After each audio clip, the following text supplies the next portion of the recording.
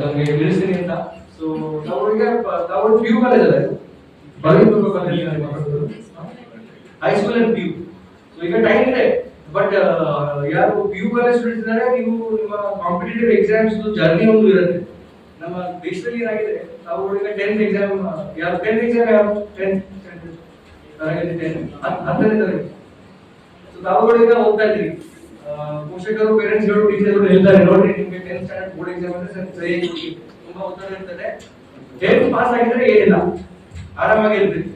ನೀವು ತುಂಬಾ ಕಷ್ಟಪಟ್ಟು ಓದ್ಕೊಂಡು 10th ಪಾಸ್ ಆಗ್ತೀರಿ. ಆನಂತರ ಹೇಳ್ತಾರೆ ನೋಡಿ 12th ಎಕ್ಸಾಮ್ ಬೋರ್ಡ್ ಎಕ್ಸಾಮ್ ಬಹಳ ಇಂಪಾರ್ಟೆಂಟ್. ಅದು ಒಂದು ಎಕ್ಸಾಮ್ ಪಾಸ್ ಮಾಡಿದ್ರೆ ಫುಲ್ ಆರಾಮಾಗಿ ಇರ್ತೀರಿ, ಅದು ಪಾಸ್ ಮಾಡ್ತೀರಿ.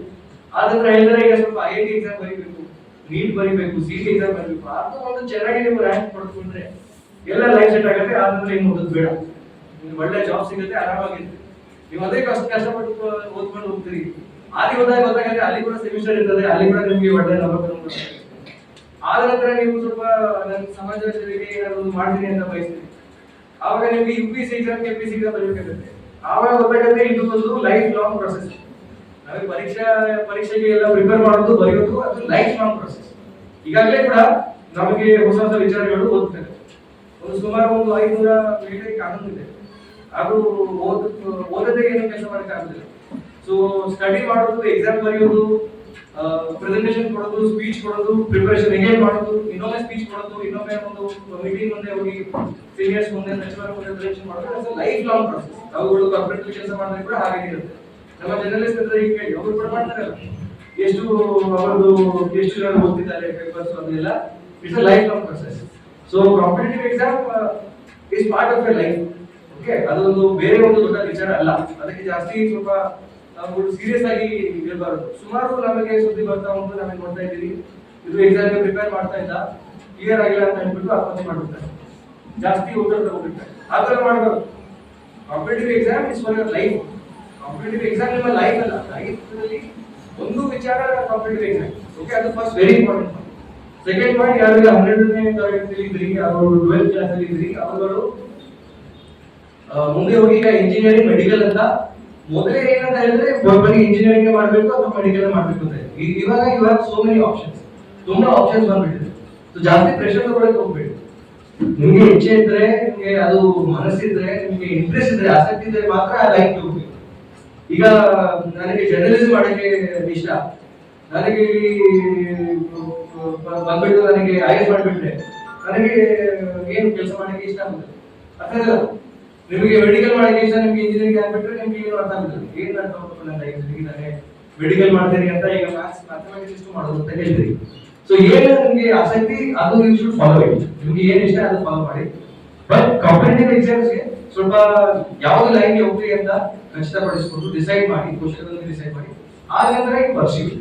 ಓಕೆ, ಲೈನ್ ಆಗಿ ಕಣ್ಣು ಮುಚ್ಕೊಂಡು ನನ್ನ ದೋಸ್ತ್ ಮಾಡ್ತಿದ್ರೆ ಇಂಜಿನಿಯರಿಂಗ್ ನಾನು ಕೂಡ ಮಾಡ್ತೀನಿ, ನನ್ನ ದೋಸ್ತ್ ಅಲ್ಲಿ ಹೋಗಿ IAS ಪ್ರಿಪರೇಷನ್ ಮಾಡ್ತಿದ್ರೆ ನಾನು ಕೂಡ ದಿಲ್ಲಿ ಹೋಗ್ಬಿಡ್ತೀನಿ, ಬ್ಯಾಂಗ್ಳೂರ್ ಹೋಗ್ಬಿಡ್ತೀನಿ, ಆದ್ರೆ ಮಾಡಕ್ಕೆ ಹೋಗ್ಬೇಡಿ. ನಿಮಗೆ ನಿಮ್ಮ ಹಾರ್ಟ್ ನ ಬರ್ಬೇಕು, ನಿಮಗೆ ಉತ್ಸಾಹ ಇರಬೇಕು, ನಿಮಗೆ ಸ್ಫೂರ್ತಿ ಇರಬೇಕು. Competitive exam is a long process. Okay, point number 1. Point number 2, IIT ಎಕ್ಸಾಮ್ಸ್ಗೆ, ನೀಟ್ ಎಕ್ಸಾಮ್ಸ್ಗೆ, ಮೆಡಿಕಲ್ ಎಕ್ಸಾಮ್ಸ್ಗೆ ನಿಮ್ಮ ಪ್ರಿಪರೇಷನ್ ಶುರು ಆಗುತ್ತೆ 11-12 ಕ್ಲಾಸ್ PU ಕಾಲೇಜ್. ಬಿಕಾಸ್ ನೀವು PU ನಂತರ ಡಿಗ್ರಿಗೆ ಹೋಗ್ತೀರಿ. ಸೊ ಸ್ವಲ್ಪ ನಮ್ಮ ಜಸ್ಟ್ ಇತ್ತೀಚೆಗೆ ಕಡಬದಿಂದ ನಾನು ಬಹಳ ಖುಷಿ ಪಡ್ತಾ ಇದ್ದೀನಿ, ಹೇಳಲಿಕ್ಕೆ ಸಂತೋಷ ಪಡ್ತಾ ಇದ್ದೀನಿ. ಅವಿನಾಶ್ ಅಂತ ಒಬ್ಬ ಹುಡುಗ ನಮ್ಮ ಕಡಬದಿಂದ, ಅವ್ರೀಗ IIM ಕ್ಲಿಯರ್ ಮಾಡ್ಕೊಂಡಿದ್ದಾರೆ, IIM ತಿರುಚಿರಪಲ್ಲಿ. IIM ಅಂತ ಹೇಳಿದ್ರೆ ಹೇಗೆ ನಾವು ಇಂಜಿನಿಯರಿಂಗ್ ದಲ್ಲಿ IIT ಹೇಳ್ತೀವಿ, ಇವರು ಲಾದಲ್ಲಿ ನ್ಯಾಷನಲ್ ಲಾ ಸ್ಕೂಲ್ ಹೇಳ್ತೀವಿ, ಹಾಗೆ ಮ್ಯಾನೇಜ್ಮೆಂಟ್ ಒಂದು MBA ಕಾಲೇಜ್ ಒಳ್ಳೆ ಅಂತ ಹೇಳಿದ್ರೆ IIM ಕಾಲೇಜಸ್. ಸುಮಾರು ಈಗ IIMs ಬಂದ್ಬಿಟ್ಟಿದೆ, ಸೆಂಟ್ರಲ್ ಗವರ್ಮೆಂಟ್ ಅದು ಕಾಲೇಜಸ್. ಅತಿ ಒಳ್ಳೆ ಕಾಲೇಜ್ ಹೇಳಿದ್ರೆ MBA ಗೆ IIM ತಿರುಚಿರಪಲ್ಲಿ ಅದು ಒಂದು. ಅಲ್ಲಿ ನಮ್ಮ ಕಡಬ ಹುಡುಗ ಕ್ಲಿಯರ್ ಮಾಡ್ಕೊಂಡಿದ್ದಾನೆ ಎಕ್ಸಾಮ್. ಸೊ ಜಸ್ಟ್ ಈಗ ಹಿಂದಿನ ತಿಂಗಳು ಕ್ಲಿಯರ್ ಮಾಡಿ ಈಗ ಸೇರಿಸಿದ್ದಾರೆ. ಸೊ ನಮ್ಮ ಕಡಬದಿಂದ ತುಂಬಾ ಮಕ್ಕಳು ಕೂಡ ಒಳ್ಳೆ ರಿಸಲ್ಟ್ಸ್ ಪಡೆದುಕೊಂಡು ಬರ್ತಿದ್ದಾರೆ. ಸೊ ನೀವು ಯಾಕೆ ಮಾಡಬಾರ್ದು ಅಂತ ನನ್ನ ಪ್ರಶ್ನೆ. ಸ್ವಲ್ಪ IIT ಸೆಲೆಕ್ಷನ್ಸ್ ಆಗಲಿ, ಈಗ ನಾಗರಾಜ್ ಅವರು ಯಾಕೆ ಇದು IAS IPS ಸೆಲೆಕ್ಷನ್ಸ್ ಇಷ್ಟು ಕಡಿಮೆ ಯಾಕೆ?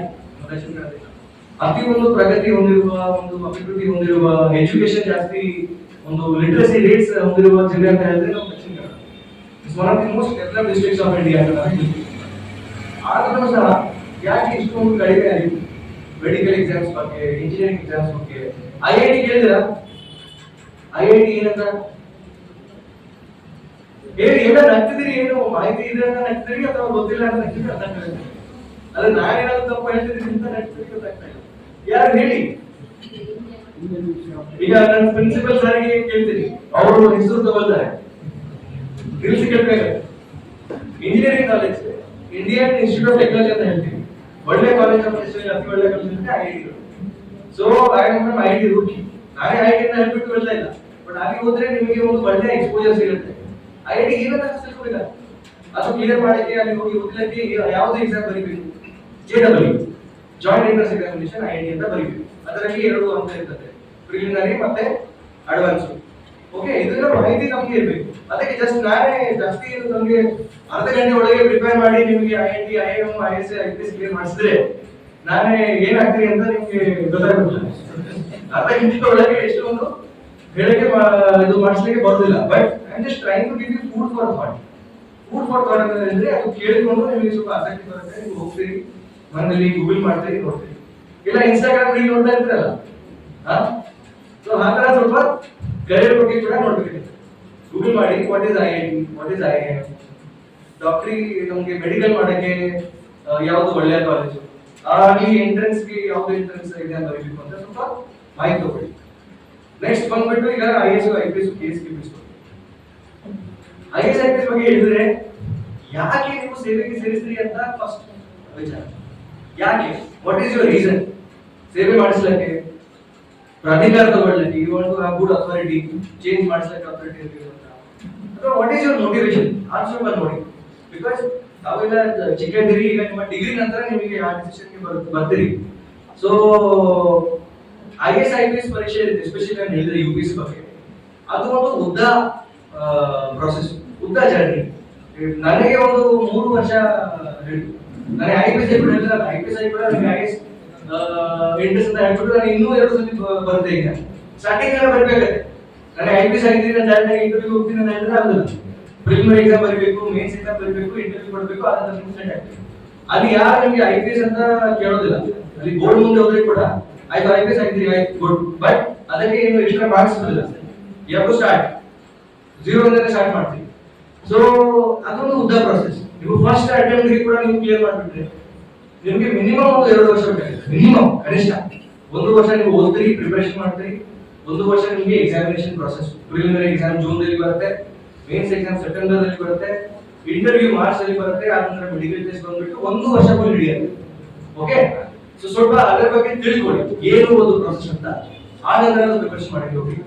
ಮತ್ತೆ IAS ಪ್ರಿಪರೇಷನ್ ಬಗ್ಗೆ ಜಾಸ್ತಿ ಏನು ಯಾಕೆ ಹೇಳೋದಿಲ್ಲ ಅಂತ ಹೇಳಿದ್ರೆ, ಇಲ್ಲ ಗೂಗಲ್ ಅಲ್ಲಿ ಇದೆ, ನಮಗೆ ಇಂಟ್ರೆಸ್ಟ್ ಇದ್ರೆ ಸ್ವಲ್ಪ ಗೂಗಲ್ ಮಾಡಿ, ಯೂಟ್ಯೂಬ್ ಹೋಗಿ IAS ಎಕ್ಸಾಮ್ ಇದು ನಾನೇ 1-2-3 ಇಂಟರ್ವ್ಯೂ ಕೊಟ್ಟಿದ್ದೀನಿ. ಜಾಸ್ತಿ ನಾನು ಇಂಟರ್ವ್ಯೂ ನನಗೆ ಅದು ನೇಚರ್ ಸ್ವಲ್ಪ ಬೇರೆ ಟೈಪು, ಬಟ್ ನಮ್ಮ ಕೆಲವು ಬ್ಯಾಚ್ಮೇಟ್ಸ್ ತುಂಬಾ ಇಂಟರ್ವ್ಯೂ ಕೊಟ್ಟಿದ್ದಾರೆ. ತುಂಬಾ ಅಲ್ಲಿ ಗೈಡೆನ್ಸ್ ನಿಮಗೆ ವಿಡಿಯೋ ಸಿಕ್ಬಿಡುತ್ತೆ, ನಿಮಗೆ ವೆಬ್ಸೈಟ್ ಅಲ್ಲಿ ಸಿಕ್ಬಿಡುತ್ತೆ ಏನ್ ಮಾಡ್ಬೇಕು ಅಂತ.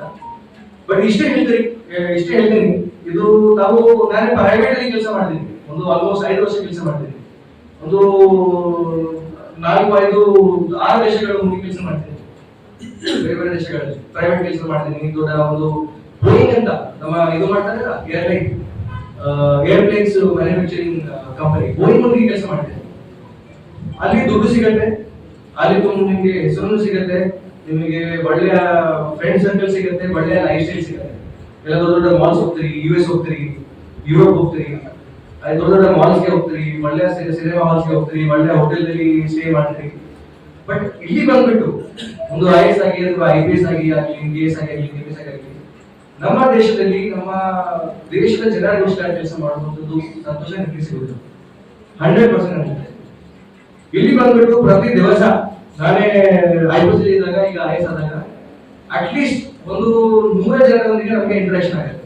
ಆ 100 ಜನರು ಬೇರೆ ಬೇರೆ ಕೆಲಸದಿಂದ, ಬೇರೆ ಬೇರೆ ವಾಕ್ಸ್ ಆಫ್ ಲೈಫ್, ಬೇರೆ ಬೇರೆ ಉದ್ಯೋಗದಿಂದ ಬಂದಿರ್ತಾರೆ. ಯಾರು ಇಂಡಸ್ಟ್ರಿಯಲಿಸ್ಟ್ ಇರ್ತಾರೆ, ಉದ್ಯೋಗಪತಿ ಇರ್ತಾರೆ, ಯಾರು ರಾಜಕೀಯವರು ಇರ್ತಾರೆ, ಯಾರು ಮೀಡಿಯಾ ಅವರು ಇರ್ತಾರೆ, ಯಾರು ನಾಯಕರು ಇರ್ತಾರೆ, ಯಾರು ತುಂಬಾ ಬಡವರು ಇರ್ತಾರೆ, ಯಾರು ತುಂಬಾ ಶ್ರೀಮಂತರು ಕೂಡ ಇರ್ತಾರೆ. ಆ ಮಟ್ಟಕ್ಕೆ ನಿಮಗೆ ಬೇರೆ ಯಾವುದು ಸರ್ವಿಸ್ ಅಲ್ಲಿ ನಾನು ಗ್ಯಾರಂಟಿ ಮಾಡಿ ಹೇಳ್ತಾ ಇದ್ದೀನಿ, ಈ ತರ ನಿಮ್ಗೆ ಒಂದು ಅವಕಾಶ ಸಿಗುತ್ತೆ. ಎಲ್ಲರ ಒಂದಿಗೆ, ನಮ್ಮ ಸಮಾಜದೊಂದಿಗೆ ಇಂಟರಾಕ್ಷನ್ ಮಾಡುವಂಥದ್ದು, ಅವರೆಲ್ಲ ತೊಂದರೆ ಸಾರಿ ಕಾಲ್ ಬಂದ್ಬಿಟ್ಟು ಅಂತ. ಬಟ್ ಅದೇ ನಾನು ಹೇಳ್ತಾ ಇದ್ದೆ, ಇದು ಒಂದು ಅಡ್ವೆಂಚರ್. ಸಡನ್ ಆಗಿ ಒಂದು ಕಾಲ್ ಬರುತ್ತೆ, ಏನಾದ್ರು ಒಂದು ತುರ್ತು ಪರಿಸ್ಥಿತಿ ಇರ್ತದೆ, ನೀವು ಹೋಗ್ತೀರಿ, ಅಲ್ಲಿ ಏನಾದ್ರು ಮಾಡಿ you will try to manage situation, ಜನರಿಗೆ ತೊಂದರೆ ಆಗಬಾರ್ದು ಅಂತ, ಏನಾದ್ರು ಪರಿಸ್ಥಿತಿ ಇದ್ರೆ ಅದು ಒಂದು ಪರಿಹಾರ ಕೊಡುವಂತ. ಸೊ ಈ ತರ ಒಂದು ಅಡ್ವೆಂಚರ್ ನಿಮಗೆ ಬೇರೆ ಇದರಲ್ಲಿ ಕಾರ್ಪೊರೇಟ್ ಕೆಲಸದಲ್ಲಿ ಅಥವಾ ಆ ತರ ಸಿಗುದಿಲ್ಲ. ಸೊ ಅದರಿಂದ IAS ಮತ್ತೆ IPS ಅಂತ ಹೇಳಿದ್ರೆ ಸುಮಾರು ಒಂದು ಎಷ್ಟು 200 ವರ್ಷ ಮೇಲೆ ಇದೊಂದು ಇತಿಹಾಸ. ಬ್ರಿಟಿಷ್ ಟೈಮ್ನಲ್ಲಿ ಶುರುವಾಗಿ ಈಗ ತುಂಬಾ ಸುಧಾರಣೆ ಬಂದ್ಬಿಟ್ಟಿದೆ. ಬ್ರಿಟಿಷ್ ಟೈಮ್ನಲ್ಲಿ ಇದು ಒಂದು ಟೂಲ್ ಫಾರ್ ಆಪರೇಷನ್ ಅಂತ ಹೇಳ್ತೀವಿ, ನಮಗೆಲ್ಲ ಕಂಟ್ರೋಲ್ ಮಾಡುವಂತದ್ದು ಅಭಿಪ್ರಾಯದಿಂದ ಸರ್ವಿಸ್ ಶುರು ಆಗಿತ್ತು. ಈಗ ಅದು ಸೇವೆಗೆ ಚೇಂಜ್ ಆಗಿದೆ. ಸರ್ವಿಸ್ ಅಂದ್ರೆ ಸೇವೆ, ಇದೊಂದು ಜಾಬ್ ಅಲ್ಲ, ಸರ್ವಿಸ್ ಟು ದಿ ನೇಷನ್ ಅಂತ ಹೇಳ್ತೀವಿ. ಸೊ ಅದ್ರ ಬಗ್ಗೆ ಸ್ವಲ್ಪ ತಿಳ್ಕೊಳ್ಳಿ, ತಮ್ಗೆ ಇಂಟ್ರೆಸ್ಟ್ ಇದ್ರೆ ತಾವು ಪ್ರಿಪೇರ್ ಮಾಡಿ. ಪ್ರಿಪರೇಷನ್ ಬಗ್ಗೆ ನಮ್ಗೆ ಹೇಳಿದೆ, ಬಹಳ ಉದ್ದ ಪ್ರಾಸೆಸ್, ಅದು 2 ವರ್ಷ 3 ವರ್ಷ ಹಿಡಿಯುತ್ತೆ. ಸೊ 3 ವರ್ಷದ ಜರ್ನಿ ನಾನೇ 5 ನಿಮಿಷದಲ್ಲಿ ಹೇಗೆ ಹೇಳ್ತಿರೋದು. ಸೊ ಸ್ವಲ್ಪ ಗೂಗಲ್ ಮಾಡಿ, ಜಸ್ಟ್ ನಮಗೆ ಒಂದು ಪ್ರೇರಣೆ ಕೊಡುವಂತ, ಉತ್ಸಾಹ ಕೊಡುವಂತ ನಾನು ಮಾತಾಡ್ತಾ ಇದ್ದೇನೆ. ಏನು ಸಿಗುತ್ತೆ ಅಂತ, ದಿ ಹ್ಯಾಪಿನೆಸ್, ದಿ ಸ್ಯಾಟಿಸ್ಫ್ಯಾಕ್ಷನ್, ಇಷ್ಟೊಂದು ಸಂತೋಷ ಬರುತ್ತೆ ಅಂತ ಈ ಸೇವೆದಿಂದ ನಮಗೆ ಹೇಳಿದ್ದೀನಿ. ಯೂಶಲಿ ಲಾಟ್ ಆಫ್ ರೆಸ್ಪೆಕ್ಟ್, ಒಳ್ಳೆ ಕೆಲಸ ಮಾಡಿದ್ರೆ ರೆಸ್ಪೆಕ್ಟ್ ಸಿಗುತ್ತೆ, ಕೆಟ್ಟ ಕೆಲಸ ಮಾಡಿದ್ರೆ ಆಬ್ವಿಯಸ್ಲಿ ಹೆಸರು ಬಿಡುತ್ತೆ. ಸೊ ನೀವು ಪಬ್ಲಿಕ್ ಎಲ್ಲ ಕಣ್ಣು ಮೇಲೆ ಇರುತ್ತೆ, ಎಕ್ಸ್ಪೆಕ್ಟೇಷನ್ಸ್ ಇರುತ್ತೆ. ಸೊ ಅದೊಂದು ಒಳ್ಳೆಯ ಫೀಲಿಂಗ್ ಕೂಡ. ಪ್ರೆಷರ್ ಇರುತ್ತೆ, ಬಿಕಾಸ್ ಈಗ ನಿಮ್ಗೆ ಒಂದು ಸಬ್ ಡಿವಿಷನ್ ಆಗಲಿ, ಜಿಲ್ಲಾ ಆಗಲಿ, ದಕ್ಷಿಣ ಕನ್ನಡ ಅಂದ್ರೆ ಎಷ್ಟು 25 ಲಕ್ಷ ಮೇಲೆ ನಮ್ಮ ಜನಸಂಖ್ಯೆ. ಈಗ ನಮ್ಮ ಡಿಸೇಬಲ್ ಅಂತ ಹೇಳಿದ್ರೆ ಅವರ ಮೇಲೆ ಎಷ್ಟು ಜನರದ್ದು ಒಂದು ಆಸೆದು, ಅಪೇಕ್ಷೆದು, ಅವರಿಗೆ ನೋಡ್ಕೊಳ್ಳುವಂತದ್ದು ಜವಾಬ್ದಾರಿ ಇರ್ತದೆ. So it comes with lot of pressure, ತುಂಬಾ ಪ್ರೆಷರ್ ಇರ್ತದೆ. ನಾನು ಜಸ್ಟ್ ಈಗ ನಮ್ಮ ಮಾಧ್ಯಮದಲ್ಲಿ ಕೇಳ್ತಾ ಇದ್ದೆ, ಇವತ್ತು ಫಸ್ಟ್ ಕಾಲ್ ನನಗೆ ಬಂದು 5:45 ಫಸ್ಟ್ ಕಾಲ್. ಹೈಯೆಸ್ಟ್ ಕಾಲ್ಸ್ ಅಂತ ಹೇಳಿದ್ರೆ ತಾವುಗಳ ಕಡೆಯಿಂದ ಸರ್ ರಜೆ ಇದೆಯಾ ಅವತ್ತು, ಯಾಕೆ ಬೇಕು ಅಂತ ನಾನು ಕೇಳಿದ್ದೆ. ಮೊದಲೇ ನೋಡಿದ್ರೆ ಡಿಸಿ ಅವತ್ತು ವಿಡಿಯೋ ರಜೆ ತಗೊಂಡು ಮಕ್ಕಳಲ್ಲಿ ಹೋಗಿ ಆಡ್ತಾ ಇದ್ರು. ಸೊ ಆ ತರ ಕೂಡ ಕೆಲವೊಮ್ಮೆ ಆಗಿದೆ. ನೀವು ತುಂಬಾ ಟೈರ್ಡ್ ಆಗಿರ್ತೀರಿ, ಆದ್ರೂ ಕೂಡ ಒಂದು 12 ಗಂಟೆಗೆ 2 ಗಂಟೆಗೆ ರಾತ್ರಿ ಕಾಲ್ ಬಂದ್ಬಿಡುತ್ತೆ. ನೀವು ಎದ್ದು ಒಂದು ಸ್ಪಂದಿಸಬೇಕಾಗಿದೆ, ರೆಸ್ಪಾಂಡ್ ಮಾಡಬೇಕಾಗಿದೆ. So that is adventurous. Okay, so ಇವು ನಮಗೆ ತುಂಬಾ ಖುಷಿ ಸಿಗುತ್ತೆ, ಎಂಜಾಯ್ಮೆಂಟ್ ಸಿಗುತ್ತೆ, ಪ್ಲಸ್ ಸ್ಯಾಟಿಸ್ಫ್ಯಾಕ್ಷನ್ ಸಿಗುತ್ತೆ. ನಾನು ನಮ್ಮ ಜನರಿಗೋಸ್ಕರ ಏನಾದ್ರು ಒಂದು ಮಾಡ್ತಿದ್ದೀನಿ, ನಮ್ಮ ದೇಶಕ್ಕೋಸ್ಕರ, ನಮ್ಮ ರಾಜ್ಯಕ್ಕೋಸ್ಕರ ಏನಾದ್ರು ಒಂದು ಮಾಡ್ತಾ ಇದ್ವಿ ಅಂತ ಆ ಸಂತೋಷ ಕೂಡ ಬರುತ್ತೆ. ಸೊ ಜಾಸ್ತಿ ಆಲ್ರೆಡಿ ಮಾತಾಡಿ ನಮ್ಗೆ 20 ನಿಮಿಷ ಆಗಿದೆ. ಸೊ ಜಾಸ್ತಿ ನನ್ನ ಸಮಯ ತೆಗೆದುಕೊಳ್ಳೋದು. ಸೊ ತಾವುಗಳು ಇನ್ನು ಮುಂದೆ ಹೋಗಿ ಯಾರಿಗೆ IIT ಹೋಗ್ಬೇಕು, ಯಾರಿಗೆ IIM ಹೋಗ್ಬೇಕು, ಯಾರಿಗೆ ಇಂಜಿನಿಯರಿಂಗ್ ಮಾಡಬೇಕು, ಯಾರಿಗೆ ಮೆಡಿಕಲ್ ಮಾಡಬೇಕು, ಮತ್ತೆ ಯಾರು ಒಳ್ಳೆಯ ಜರ್ನಲಿಸ್ಟ್ ಆಗಿ ಕೆಲಸ ಮಾಡಬೇಕು, ತಮ್ಮ ಎಲ್ಲ ಕನಸು ತಾವುಗಳು ಅಚೀವ್ ಮಾಡಿ ಅಂತ ನನ್ನ ಅಪೇಕ್ಷಿತ. ತಮಗೆ ಮತ್ತೆ ನಮ್ಮ ಇದು ಒಂದು ಒಳ್ಳೆಯ ದಿನಾಚರಣೆ ಆಯೋಜನೆ ಮಾಡಿಸಲಿಕ್ಕೆ ನಮ್ಮ ಪತ್ರಕರ್ತರಿಗೆ, ಸಂಘಕ್ಕೆ ಮತ್ತೆ ಎಲ್ಲರಿಗೆ ಅಭಿನಂದನೆಗಳು, ಶುಭಾಶಯಗಳು ಅಂತ ನನ್ನ ಭಾಷಣವನ್ನು ಮುಕ್ತಾಯಗೊಳಿಸ್ತೀನಿ. All the very best. Jai Hind, Jai Karnataka. ಮಾಹಿತಿ ಪೂರ್ಣವಾದ ಮಾತುಗಳಿಗೆ